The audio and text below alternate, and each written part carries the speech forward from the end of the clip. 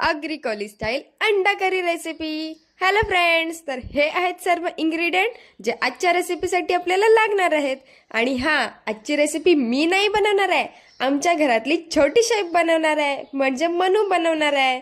तर इथे ना मी बॉईल एगला सोलून घेत होती आणि मनू इकडे सर्व रेसिपी बनवत होती। तर मी तुम्हाला ती दाखवते स्टेप बाय स्टेप कशी बनवते।